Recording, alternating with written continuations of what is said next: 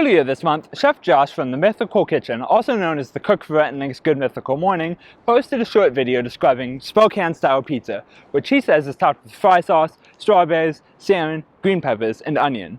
This blew up on Twitter with some people saying, "I've heard of Spokane, what are y'all doing with pizza over there?" And Spokanite's reacting with the classic, "I've lived here for 20 years and can tell you we don't have anything like this here." It is, in short, an almost perfect troll executed masterfully by Mythical Chef Josh.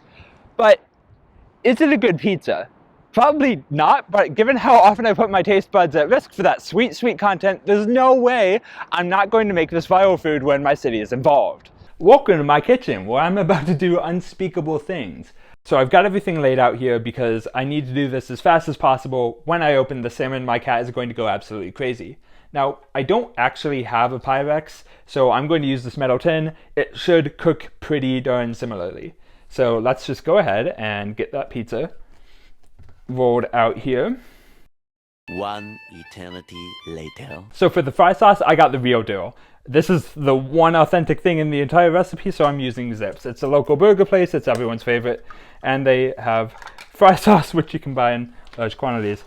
Now, for people who don't live in Spokane, fry sauce is basically just ketchup mixed with mayo. There's sometimes a couple extra ingredients, but that's more or less the essentials. Okay, time to open the salmon. This is not local Spokane salmon because such things don't exist. I'm going to drain this. Okay, it's just didn't drain enough, that's fine. We're okay. Bell peppers and onions, which are not traditionally pizza toppings that I'm a huge fan of. But hey, it's what the recipe calls for.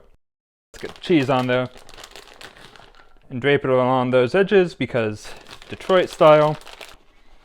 All right. Now, the strawberries. In the recipe, Josh says wild foraged strawberries. These are not wild foraged because we don't grow strawberries in Spokane, but I foraged them from the aisle of my local co-op. I feel like that counts. I'm actually really interested to see how these fare in the oven, so let's stop procrastinating and get it in there. I'm going to cook it for about 10 minutes. Fare thee well, sweet prince. Okay, while that cooks, let's talk about salmon for a sec. So, Chef Josh probably didn't know this, but we don't really have salmon in Spokane.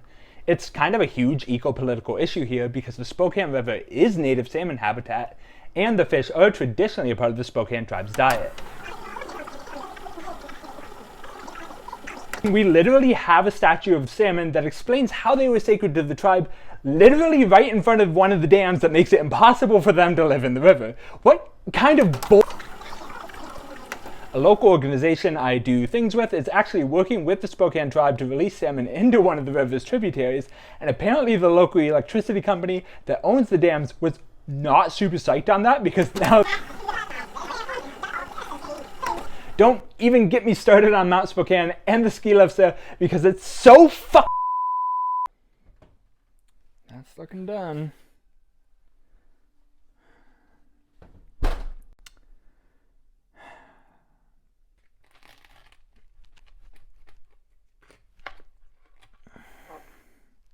There's so much freaking juice. I'll cut this in the dumbest way possible, but here we go.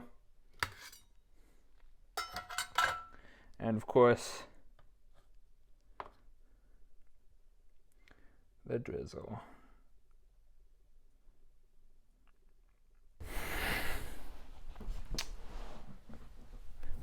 Oh boy! So this didn't actually hold together all that well. I think a lot of the ingredients were just too wet. It does seem like it's edible, or at least once it cools down a bit.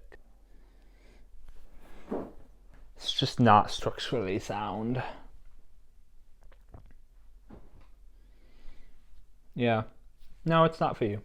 It smells kind of nice, actually. Well, so that's... I'm gonna have to get a fork and knife to eat this. So obviously this is not ideal, but I mean, I followed the recipe as best I could, so we're just gonna have to kind of slap it on there and get this taste sensation the best we can. Hey, he did call it a casserole, right? This is so much worse than if it was a slice of pizza. I'm gonna be honest. I don't want to eat this. I was fine with putting a slice of pizza in my mouth. This is a lot. Nothing for it. Don't block the shot.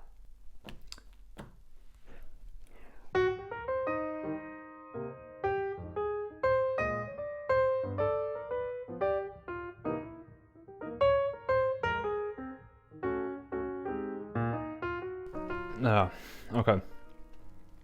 Let's try getting a piece with the crust.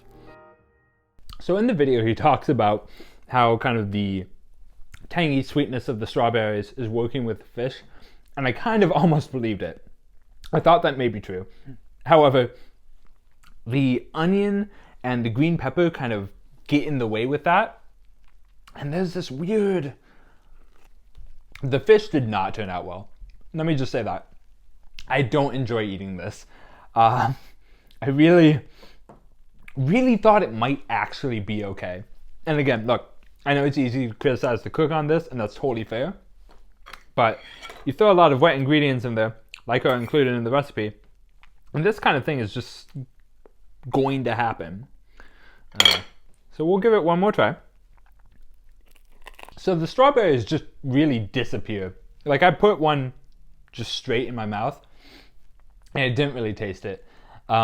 It's too covered up by the fry sauce, obviously, because there's a lot of fry sauce on here. And it's too covered up by just the overwhelming fish taste. Now, if this was like a fried fish pizza, this may actually be good. Like if the fish wasn't chewy, if it had some way of crisping up, and it was just that, and the fry sauce on the fish, no cheese, I think that may actually be good. But this is not good. This is not good. I have a lot of it left over, and that's a real shame.